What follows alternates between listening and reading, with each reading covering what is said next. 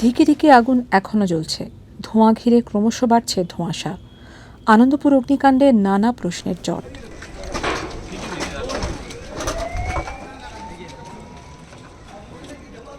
এখনো ৩৫ ঘন্টা কেটে গিয়েছে, সেই আগুন কিন্তু এখনো ধিকি ধিকি জ্বলছে।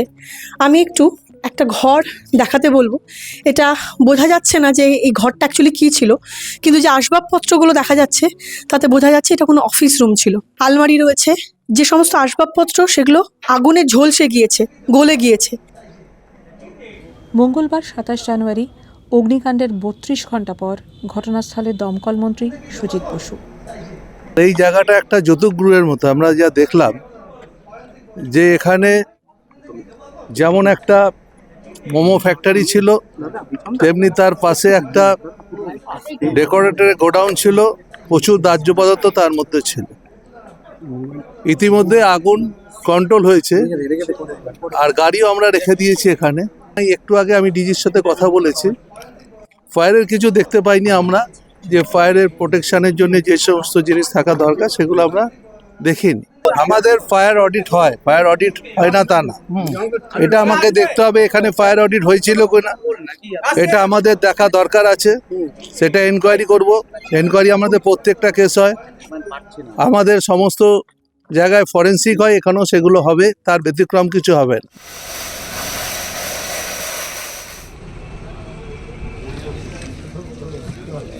এবং অনেক মানুষ সেখানে পাওয়া যাচ্ছে না, তারা লিপিবদ্ধ করেছে আমাদের কাছে, কিছু উদ্ধার হয়েছে। পুরো লিস্ট এক্ষুনি বলতে পারো না, পুলিশ এই বিষয়টা দেখছে, পুলিশ সেটা বলবে।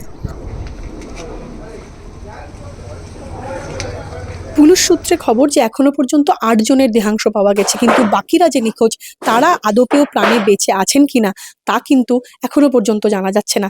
ফলে সেক্ষেত্রে খুব প্রশ্ন উঠছে যে এই যে জলাভূমি বুঝিয়ে যে কারখানা দিনের পর দিন চলেছে, এবং যেটা ডিজি ফায়ার যেটা বলেছেন, যেটা আমরা দমকল মন্ত্রীর গলায় শুনলাম যে এখানে কোনো ফায়ারের ক্লিয়ারেন্সই ছিল না, তাহলে এইটা কি নজরদারির অভাব? এতগুলো প্রাণ চলে গেল, সেক্ষেত্রে তার দায় কার?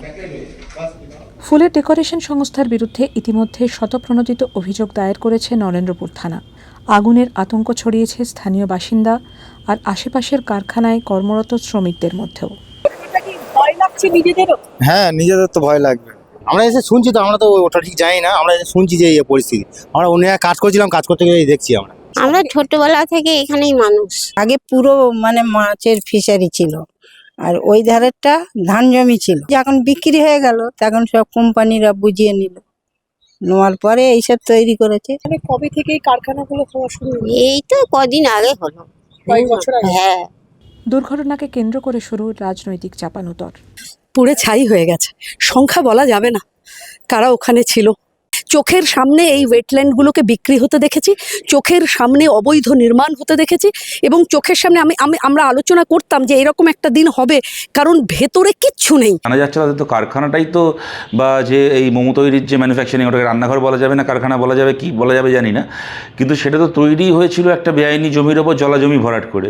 সুতরাং সেখানে তো আর 5টা ফায়ার সেফটি মেশার থাকার কোনো সুযোগও নেই, কারণ ওখানে কী করেই বা সেইগুলো হবে, বা কী করেই বা সেটাকে কর্পোরেশন বা ফায়ার ব্রিগেড বা পঞ্চায়েত ওটাকে ইন্সপেকশন করে এনওসি দেবে। সুতরাং সে সুযোগই নেই। ওটা বেআইনি একটা ব্যবসা চলছিল, ওটা পশ্চিমবাংলায় এরকম হাজার হাজার লাখ লাখ চলছে। কখনো কোনো একটা জায়গায় বোম বিস্ফোরণ ঘটে, যখন যেরকম মেদিনীপুরে ঘটলো ওই ভানুবাগের ওখানে, কখনো নৈহাটিতে ঘটলো, এখন এখানে ঘটেছে। এরকম যখন একটা ঘটনা ঘটে যায় তখন সেটাকে নিয়ে দুদিন আলোচনা হয়। এরা তো যে পারমিশনটা পাচ্ছে, এখানে জল নেই। এই যে এত বড় ফ্যাক্টরি, এখানে জল কোথায়? দমকল কিভাবে ঢুকবে? রাস্তাঘাট দেখেছেন? হেঁটে আসা যাবে না, তো দমকল গাড়ি কিভাবে আসবে? তো এইসব জায়গাতে কি করে ফ্যাক্টরি হতে পারে? এটা হচ্ছে তোমার জলাশয় ছিল, এখানে মাছের চাষ হতো, মাছের ভেড়ি হতো। এখানে মাটি ভরিয়ে টিএমসি কে পয়সা দিয়ে, সরকারকে টাকা দিয়ে, পুলিশকে পয়সা দিয়ে পারমিশন করিয়ে এরা এখানে কারখানা করেছে। এখানে একটা ফায়ার অ্যালার্ম পর্যন্ত নেই। 8 জন মানুষ মারা গেলেন, 23 জন নিখোঁজ। এইবার আমার মনে হয় এ তো 23 জনকে খুঁজে পাওয়া যাবে না, তাদের আত্মীয় পরিজনরা হাহুতাশ করবে। এই ক্ষেত্রে কলকাতা হাইকোর্টের মাননীয় বিচারপতির মাধ্যমে আমার মনে হয় এক কমিটি গঠন করে পূর্ণাঙ্গ তদন্ত হওয়া প্রয়োজন, যে সত্যিকারের তারা পুড়ে গেছেন না তারা জীবিত কেউ আছেন, এবং যারা মারা গেছেন তাদের 25 লক্ষ টাকা করে কম্পেনসেশন দেওয়া হোক, একজন পরিবারের লোককে সরকারি চাকরি দেওয়া হোক, এবং সামগ্রিকভাবে যারা দোষী এই রকম জলাশয় ভরিয়ে এই ব্যাপারটিকে ঘটিয়েছেন, এই রকম একটা ঘটনা ঘটলো যেখানে এত মানুষের প্রাণ চলে গেল, সেই লোকেদের দৃষ্টান্তমূলক শাস্তি দেয়া হোক। পুলিশ সূত্রের যেটা খবর যে 8 জনের দেহাংশ পাওয়া গিয়েছে তা আইডেন্টিফাই এখন অবধি করা সম্ভব হয়নি, কারণ যতক্ষণ না ডিএনএ টেস্ট করা হবে ততক্ষণ কিন্তু বলা সম্ভব নয় যে এই দেহাংশগুলি কার। ধোঁয়া আর প্রশ্ন দুটোই যেন পাক খাচ্ছে আনন্দপুরের দুর্ঘটনাস্থল ঘিরে। দূরে দূরে আছে স্বজন হারার কান্না। আগুন হয়তো নিভবে, প্রাণ তো ফিরবে না। প্রশ্ন উঠছে, প্রশ্নের উত্তরও কি মিলবে?